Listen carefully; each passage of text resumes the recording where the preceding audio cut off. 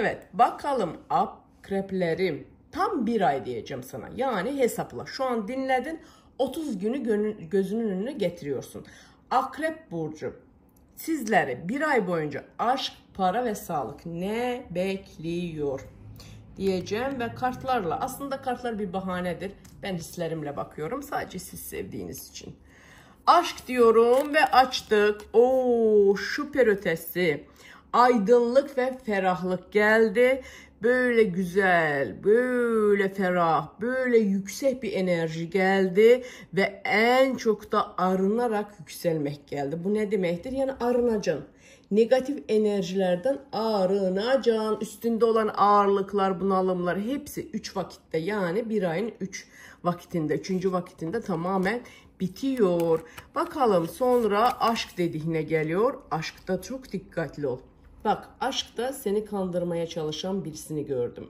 Bu senin aklındaki kişi olabilir. Bu senin herhangi bir hayatında olan, seni kandırmaya çalışan insanlar olabilir. Herkes olabilir ama bir kandırma, bir yalan olacak. Çünkü sana el uzatıyor. Senin yanındaymış gibi davranıyor ama aslında karanlık tarafı var. Yüzünü güneş gibi gösteren o kişi karanlığa doğru seni götürüyor. Bakalım para konusunda ne söylüyor?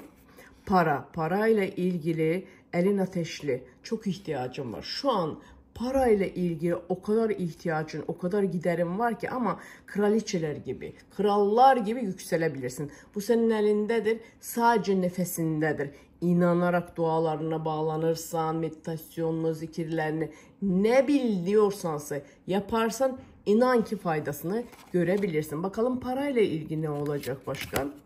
Para. İşte parayla ilgili gerçekten de ciddi üstüne düşeceksin. Çünkü parayla ilgili düşmanın vardır. Bu düşman sana yakındır. Nefesinden bile yakındır. Hadi bul bakalım bu kimdir. Tabii ki benimle görüşürsen ben onu bulacağım. Sana göstereceğim ama kendin de bari bunu yakala. Ben onu sana tarif ediyorum. Uzun burunlu, sinsi, kıyık gözlü ve her defada herkesin yanında kendini doğrularını söyleyen bir insandı. Yani her şeyden önemli kendisini öne sunan insandı. Kendini güçlü gösteriyor ve en önemli maddiyatını yüksek gösteriyor. Aşkı dedim, sağlığı demedim. Sağlıkla ilgili biraz tereddütlerim var seninle ilgili. Çünkü sağlıkla ilgili boğaz sıkıntısı. Yani boğaz ağrısı, kulak ağrısı, bu gibi şeyler olabilir. Bunun da tek nedeni var ki göz. Çünkü göz enerjisi seni bırakmıyor. Nereye gitsen baş ağrısıyla dönüyorsansa, sürekli evde başın ağrıyor, çare bulamıyorsansa, ensene ağırlık çöküyorsansa demek ki bu göz senin hep üzerindedir. Kimin gözüdür? Gözü çıksın, sen de şifalan inşallah.